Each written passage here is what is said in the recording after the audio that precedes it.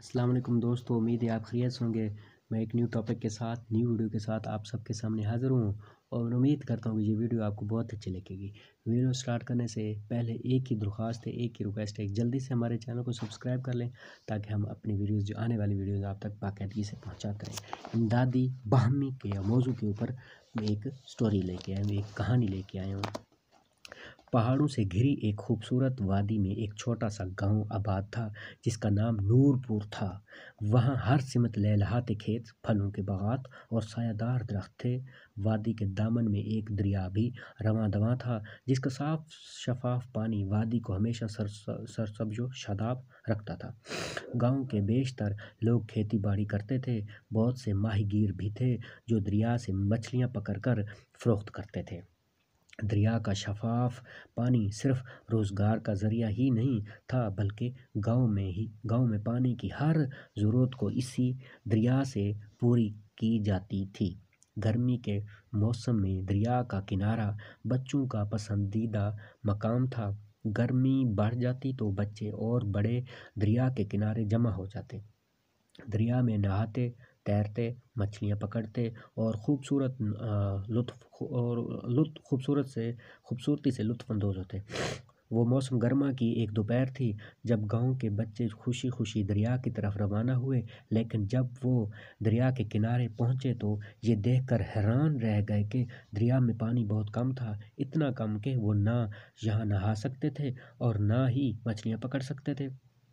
کچھ ہفتے پہلے تک یہاں پانی کی روانی تھی، لیکن اب دریا میں جگہ جگہ پانی کے ٹیلے دکھائی دے رہے تھے۔ گاؤں کے ایک کسان نے کہا، ایسا لگتا ہے کہ پہاڑ کی چوٹی سے بہہ کر آنے والا پانی اب ختم ہونے والا ہے، اسی لیے پانی اتنا کم ہے۔ اگر پانی اسی طرح کم ہوتا رہا تو ہم کیا کریں گے، ہم کہاں جائیں گے؟ یہ بات سن کر سب پریشان ہو گئے۔ اب دیکھتے ہیں دوستوں، انٹرسٹنگ کہانی لگتی ہے مجھے۔ ایک مچھیرے نے کہا، پہلے ہمیں یہ معلوم کرنا ہوگا کہ آخر اچانک دریا کا پانی کیوں کم ہو گیا ہے۔ فرخ کی دادی جان بھی وہاں موجود تھی۔ انہوں نے کہا، ایک ہی حل ہے، ہم میں سے کچھ لوگ پہاڑی کی چوٹی تک جائیں اور مسئلے کی وجہ معلوم کریں۔ سب کو دادی جان کا مشورہ اچھا لگا۔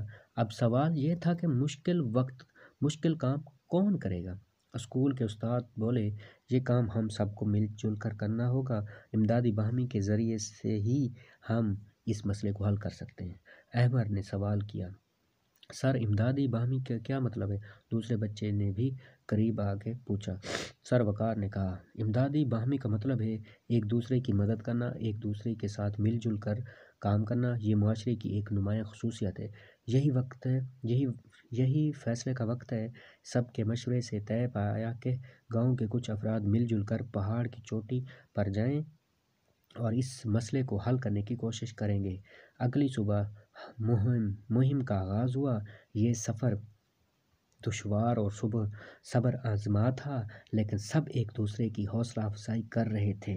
کئی دن کے سفر کے بعد آخرکار وہ پہاڑ پر ایک ایسے مقام پر پہنچ گئے جہاں انہیں اپنے مسئلے کی وجہ سمجھ آ گئی۔ وہ یہ دیکھ کر حیران رہ گئے کہ اس مقام پر ایک چٹان موجود تھی جس نے دریا کا رخ دوسری جانب موڑ دیا۔ مسئلہ جاننے کے بعد اس کے حل کی کوشش شروع کر دی گئی۔ وہ دن بھر گرمی میں چٹان کو توڑ کر ہٹاتے اور شام ہونے پر آرام کرتے۔ وہ ایک دوسرے کی مدد اور حوصلہ افزائی بھی کرتے۔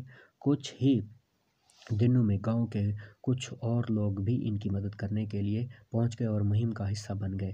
بس پھر کیا تھا، مل جل کر کام کرنے سے مشکل آسان ہو گئی اور ایک ہی ہفتے میں چٹان ہٹا دی گئی۔ اب دریا ایک بار پھر پوری روانی سے نور پور کی جانب رواں دواں ہوتا ہے۔ سب نے اس کرم نوازی پر اللہ تعالیٰ کا شکر ادا کرنے کے بعد ایک دوسرے کا شکر ادا کیا۔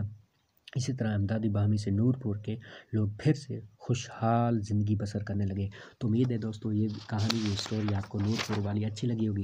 ایک ہی ریکویسٹ ہے، جلدی سے ہمارے چینل کو سبسکرائب کر لیں کیونکہ آنے والی ویڈیوز بھی بہت ہی اچھی آنے والی ہیں اور آپ کو اچھی لگیں گی۔ چینل کو سبسکرائب کریں، پھر ملتے ہیں نیو ویڈیو کے ساتھ۔